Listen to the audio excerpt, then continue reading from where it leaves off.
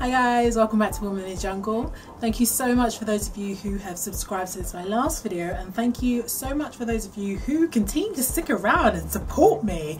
Thank you guys. So today's video is going to be like a chatty video, chatty.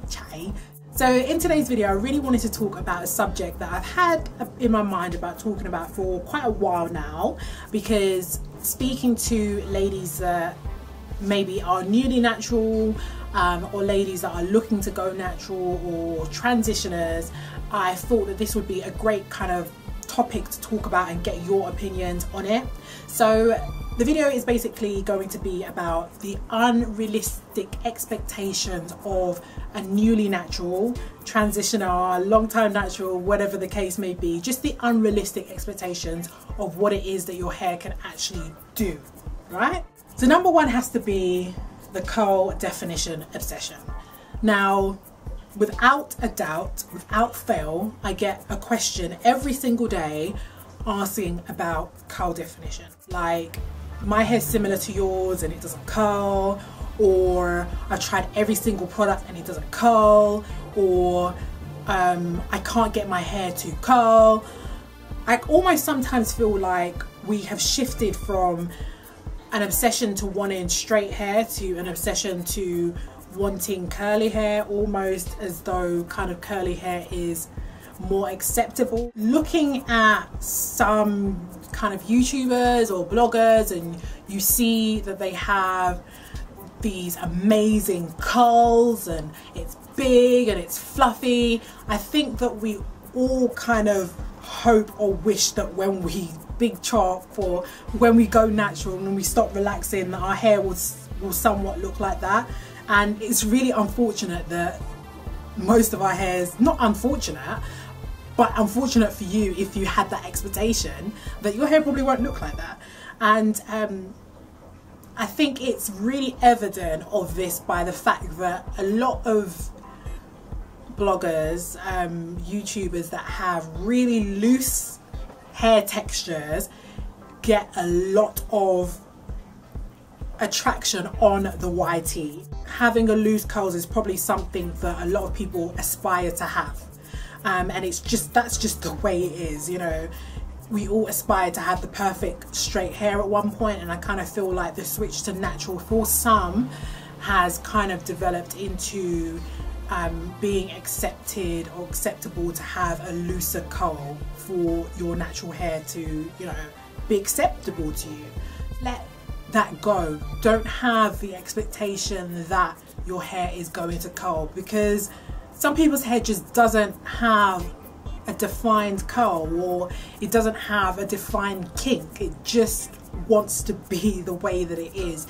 And I think it's really important to accept one's hair how it is predestined to be and how it wants to be. To try and force it to be something it doesn't want to be, you're going to kind of run into even more problems in terms of you're going to have a lot of breakage. Your hair is not going to look at its best. Sometimes it's really best to kind of learn what it is that your hair wants to do and kind of go with that. If twist outs, braid outs, and actually manipulating your hair into a pattern works better, then that's what kind of we need to be doing. So the next point I've got here is length and growth. And the reason why I've got this as an unrealistic expectation is because this is my number 2 most asked question, is that what can I do to make my hair grow longer? What can I use on my hair to make it grow longer? I think it's really important to understand that the predominant factor of hair growth is genetics. Yes, there are external factors that are going to help you to retain length and also to help you to reach your optimum level of growth, which is genetic. So things like drinking more water is going to make sure that your hair is moisturized from the inside out, which means that you're going to get less breakage. Making sure that you have the right amount of biotin within your system to make sure that your hair is growing at its optimum and reaching its optimum monthly growth. these kind of hair pills that are out there, such as hair finishing, I use hair finishing, I think it's actually great, but it's not going to, what those kind of vitamins do is they help your body to get to its optimum level of vitamins. So it's going to help your body to reach its optimum level of growth. So you're only going to be able to achieve growth that is already genetically predisposed by making sure that your vitamins and mineral levels within your body are to their optimum. And I feel like sometimes people feel, right, now that I'm natural, that my hair is going to have this amazing growth spurt, I'm going to grow this amazing amount of hair, and they're really sorely disappointed. And also as well, I don't think it really helps that we do see so much that, you know, our hair is going to grow an average of 1/4 of an inch to 1/2 inch a month, and so on and so forth. It's really important to remember that it is an average, and to be able to accept that your hair may actually not grow the average of 1/4 of an inch a month. It's okay. So the third point that I've got here is automatic health of hair. This kind of like ties in with my last point. I think it's really important to remember that a lot of us that were relaxed, if we're honest with ourselves, our relaxed hair was whack because we didn't look after it. Because there are loads of people on YouTube that have relaxed hair that take care of it. So please do not expect to go natural and not look after your hair and think your hair is going to be amazing, because it probably won't be. If you didn't look after your hair when it was relaxed and you carry that same kind of mentality to natural hair, I think that you're probably going to have even more of a hard time, because you're going to get a lot more breakage in terms of where your hair is so kinky, and especially because natural hair is more drier than your relaxed hair probably will be. So it's really important to be realistic in the fact that you actually have to take care of your hair. The same way as if you want healthy relaxed hair, there's certain things that you have to do, like the whole kind of like moisturizing and seal thing. I learned that from a relaxed lady. It was relax, what's the name? Keep It Simple Sister. It was from KISS. She first started the whole kind of healthy hair journey on YouTube, and she was a relaxed lady. I think she's still relaxed now, or she's probably transitioning to natural, I'm not too sure, but she was one of the first people that started to do the whole moisturize and seal thing, and she was relaxed. So, you know, she took very, very, very good care of her hair to get her relaxed hair to where it is. And it's really evident with the ladies that have really long relaxed hair that they actually take care of their hair.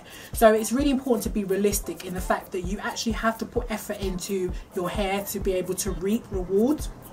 So that's something to bear in mind as well. So my fifth point is, all that works for her will work for you. This is a really big, massive, unrealistic expectation. And I think we are so guilty of doing this as newly naturals, is saying, right, her hair does that, so my hair will definitely do that. I think it's really important to remember that although your hair may look similar to something, that you need to take into account other factors such as the feel of the hair, the porosity of the hair, how much water intake this person's drinking, what this person's diet is like. This definitely all affects how your hair reacts to certain products, how it reacts to the environment, whether or not you're retaining moisture in the hair. All of these types of things are things that you really need to bear in mind before looking at somebody else's video and expecting your hair to be exactly the same as that person if you do exactly what they're doing. These kind of YouTube videos and blogs are great for giving you inspiration to go away and kind of learn what your hair truly loves. I would definitely say that for me personally, when I kind of stopped, I'm going to shift my camera a bit. Yeah. When I stopped kind of expecting my hair to look a certain way, and just kind of stop listening to what people say about, oh, people with kinky hair can't do wash and goes. My hair really started to thrive. Important to pay attention to what your hair likes. Doing twist outs, braid outs, what a lot of people with my kind of texture would kind of lean towards doing. I find that I get more breakage doing those styles, so I stopped looking at everybody else, stop doing whatever everyone else is doing, and just do what goes with me. Like, don't expect your hair to be how other people's is. Don't expect it to react like their hair. Just do you, boo. Do you, boo, as Shameless Maya would say. Do you, boo. And my last point is, now this point is more so for the transitioners, and this is for the deceit that you have when you have your relaxed ends still on your natural hair, and it's really weighing your natural hair down, and you think that your hair is going to be looser than what it is. Let's go back into that again. I hear it so much when ladies are like, oh my god, my hair is so loose, and I'm like, but you're transitioning. How? You don't know, because the weight of the relaxed hair is weighing it down, and as soon as they chop, their hair is nowhere what they thought it was going to be, so they were disappointed. Really important that you don't think that your hair is going to look like somebody else's while you are transitioning. Transition, if you want, you can snip off maybe a little bit of hair at the back of your hair to see what your hair is going to look like fully natural. Clip a few bits in your hair to see what it's going to look like fully natural, so you can like gauge what your hair is going to look like. But definitely guys, if you don't have unrealistic expectations of what your hair is going to look like or be like or react to, then you are going to be going into this whole natural thing with your eyes open to the fact that anything can happen. And I think that's really important, to really be aware that your hair can do anything. Anything can happen. Your hair may absolutely hate what other people's hair likes. So you really need to have realistic expectations of what it is that you want from your natural hair journey, and also as well why you're doing it. You know, I think we pay so much emphasis on the actual curl, the kink, the visuals of the hair, that it kind of takes away from just having fun with just being natural. So that's it for today.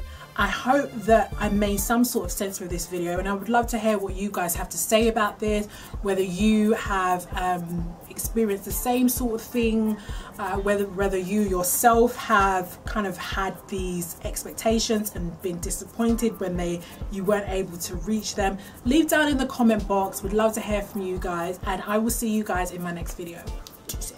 Peace out. Bye guys.